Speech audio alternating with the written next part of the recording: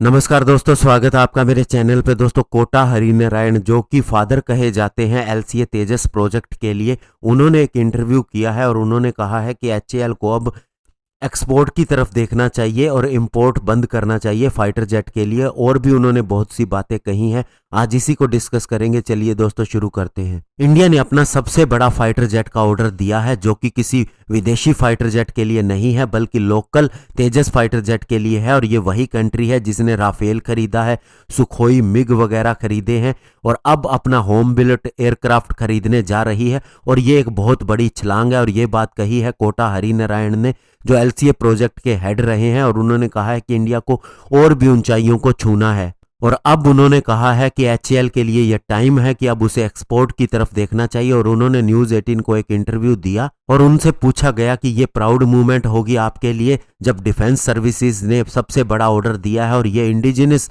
Content के लिए है। तो उन्होंने कहा कि ये बहुत ही खुशी की बात है, ये सबसे बड़ा ऑर्डर है एचएएल के लिए पूरी हिस्ट्री के अंदर। और एक इंडिजिनसली डिजाइंड एयरक्राफ्ट डेवलप होने जा रहा है और ये लाइसेंस्ड एयरक्राफ्ट नहीं है।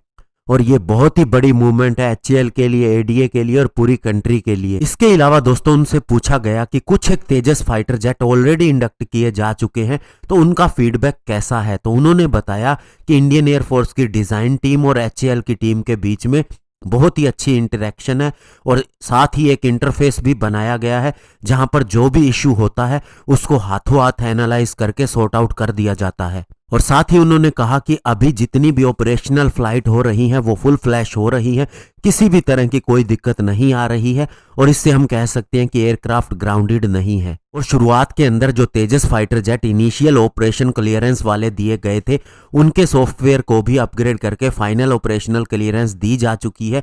यानी अब वे भी अपनी मैक्सिमम लिमिट्स तक जा सकते हैं और अपने आप को एक्सप्लोर कर सकते हैं। इसके अलावा दोस्तों उनसे एलसीए तेजस MK2 के बारे में पूछा गया तो उन्होंने कहा कि एलसीए प्रोजेक्ट से हमने बहुत कुछ सीखा है।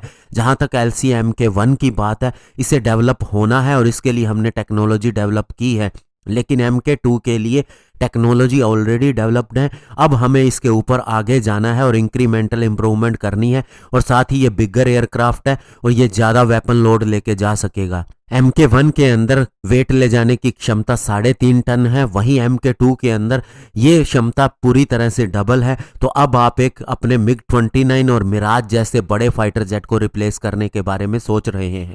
इसके अलावा प्रोजेक्ट में फंडिंग पर बात करते हुए उन्होंने कहा कि आपको बगैर टाइम खोए फंडिंग करनी होती है, क्योंकि ऐसा करने से ना तो कोई टेक्नोलॉजी की प्रॉब्लम रहती है, इंफ्रास्ट्रक्चर की भी कोई प्रॉब्लम नहीं दिखाई देती वहां पर, लेकिन अगर आप इसे रोक देते हैं तो चीजें खराब होती जाती हैं। लेकिन अभी ऐसा नहीं हो रहा, सारा काम स्मूथली चल रहा है। अब हमें एक्सपोर्ट की तरफ देखना चाहिए। और इसके अलावा उनसे सबसे बड़ा क्वेश्चन पूछा गया कि क्या 6 सालों के अंदर AMCA फाइटर जेट संभव है, क्या ये रियलिस्टिक है। तो उन्होंने कहा कि हमने LCA के लिए टेक्नोलॉजी डेवलप कर ली है और AMCA का डिजाइन वर्क और बेसिक टेक्नोलॉजी का काम हो चुका है। तो केवल और केवल इसका काम शुरू करने की देर है और थोड़ी सी मैन पावर बढ़ाने की जरूरत है। फंडिंग इसी तरह से चलती रहे तो ये काम 6 साल के अंदर बड़े आराम से हो सकता है। इसके अलावा दोस्तों सबसे बड़ी बात यह भी की गई कि HAL अब आउटसोर्स भी कर रही है, यानी इंडस्ट्री के बाहर से भी काम ले रही है एयरक्राफ्ट डेवलपमेंट के लिए। तो क्या ये अब काम तेजी से होगा। तो उन्होंने जवाब दिया कि LCA प्रोजेक्ट के अंदर हमने इंडस्ट्री को इन्वॉल्व किया, अकेडमिया को इन्वॉल्व किया और ये काम बड़े स्ट्रोंगर चला। लेकिन अब हमारे पास ट्रस्टेड पार्टनर है जैसे कि L&T, डायनामेटिक, और ये अब सारे मिल के काम कर रहे हैं, इसलिए हमारा काम फास्ट भी हुआ है। पहले हम कैपेबिलिटी डेवलपमेंट पे काम कर रहे थे, अब हम कैपेसिटी डेवलपमेंट के अंदर काम कर रहे हैं, यानी कि टायर 1 और टायर 2 पार्टनर अब कैपेसिटी बढ़ा रहे हैं। इसके अलावा दोस्तों उनसे एक पर्सनल सवाल किया गया कि आपने बहुत सा मटेरियल LCA तेजस की डेवलपमेंट करते हुए स्क्रैप यानी कचरे से भी या कचरा डीलर से भी ढूंढा, और ये क्या सच है और आपने LCA प्रोजेक्ट के अंदर क्या सीखा।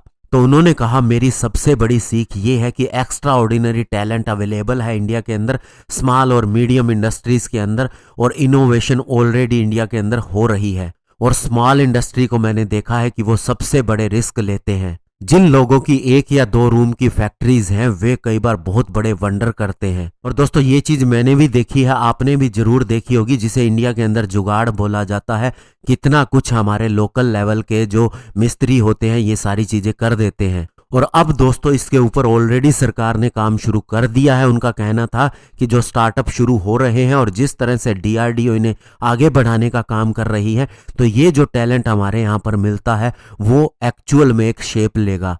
और उन्होंने कहा कि यही चीजें नासा करती आ रही है। यूएस में इसी तरह से टेक्नोलॉजी पैदा हुई है, लेकिन पहले की सरकारें पता नहीं क्या करती रही हैं। और इसके अलावा दोस्तों उनसे एक सवाल पूछा गया कि 40 साल पहले सुना था आपने पीएचडी की थी, उसकी थीसिस ये थी कि how to make India own fighter jet. तो उन्होंने हंसते हुए जवाब दिया कि बिल्कुल सही है कि कैसे एक फाइटर जेट डिजाइन और डेवलप किया जाए इंडिया के अंदर, इंडिया के लिए ही। लेकिन अब ये सपना सच हो गया है और आत्मनिर्भर भारत ने अपने कदम आगे बढ़ा लिए हैं। इसके अलावा दोस्तों उनसे अंतिम सवाल किया गया कि आप अब आगे किस चीज के ऊपर काम कर रहे हैं, क्या पैसेंजर एयरक्राफ्ट के ऊपर काम कर रहे हैं। तो उन्होंने बताया कि अभी मैं एक फेलो हूं नेशनल एरोस्पेस लेबोरेटरीज के अंदर और मेरा ध्यान है एक डिजाइन और डेवलपमेंट के ऊपर ट्रांसपोर्ट एयरक्राफ्ट के लिए।